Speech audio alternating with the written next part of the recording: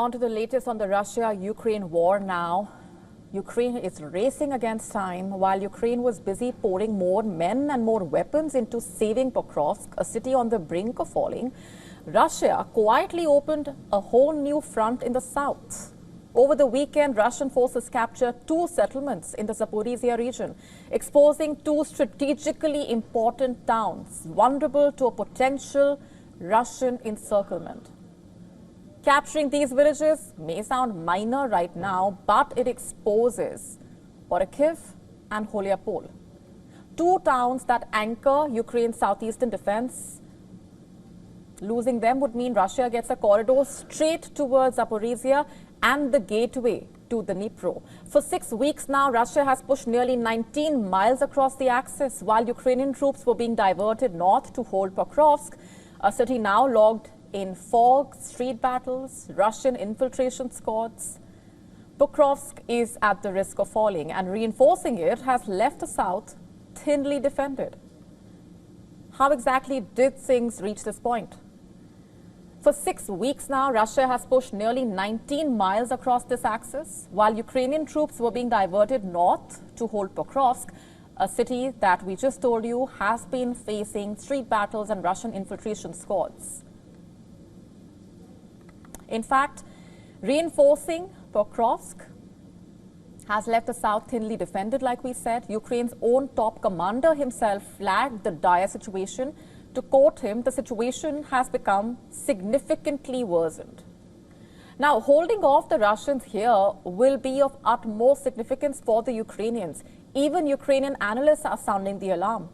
Military bloggers are warning that Ukraine is heading towards what they described as a strategic scale catastrophe, a scenario where unless something changes, Russian tanks could roll into Zaporizhzhia or the Dnipro.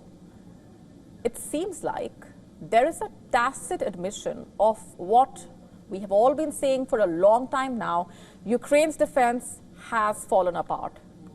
Meanwhile, Russia continues to attack where Ukraine is overstretched. It now occupies about 70% of Zaporizhzhia, not the regional capital, but most of the eastern and southern territory. And after weeks of downplaying the losses, Ukraine has admitted withdrawing from positions around 5 settlements, blaming Russian artillery, bad weather, and manpower shortages.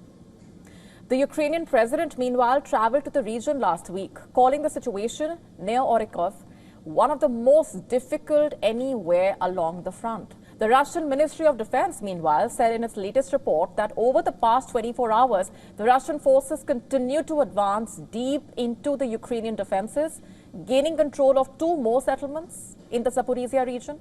The Russian Defense Ministry has said Russia's tactical aviation, missile troops, artillery units targeted energy facilities that support Ukrainian military enterprises, drone assembly workshops, and 141 areas used by Ukrainian troops and foreign mercenaries. Also on Sunday, the General Staff of the Armed Forces of Ukraine said its defense forces attacked the Kubyshev refinery in Russia's Samara region, which is one of the main producers of advanced fuel for Russian military jet engines. The strike resulted in explosions and fires. Ukraine also confirmed the previous attack on an oil refinery in the Russian city of Ryazan, saying that both the crude oil distillation unit and storage tanks at the facility were damaged. On the same day, Russian missiles killed 3 people, injured 11 more in Kharkiv region on Sunday night. Regional administration head there, 4 girls who were of the ages of 12, 14, 15 and 17 were among those injured, as per the statement. Elsewhere, Russian strike drones attacked Odesa region overnight, damaging energy and port infrastructure in several parts. And the way things stand right now, 2 things are happening basically. In Pokrovsk, the Ukrainians are working hard to defend the city. In Zaporizhzhia, Russia is making slow and an opportunistic push, while keeping the other front active with missile attacks, strikes, counterstrikes. It's a battle that is forcing Ukraine to choose where to hold the line and where to give it up. To stay up to speed with the latest news, download the WION app and subscribe to our YouTube channel.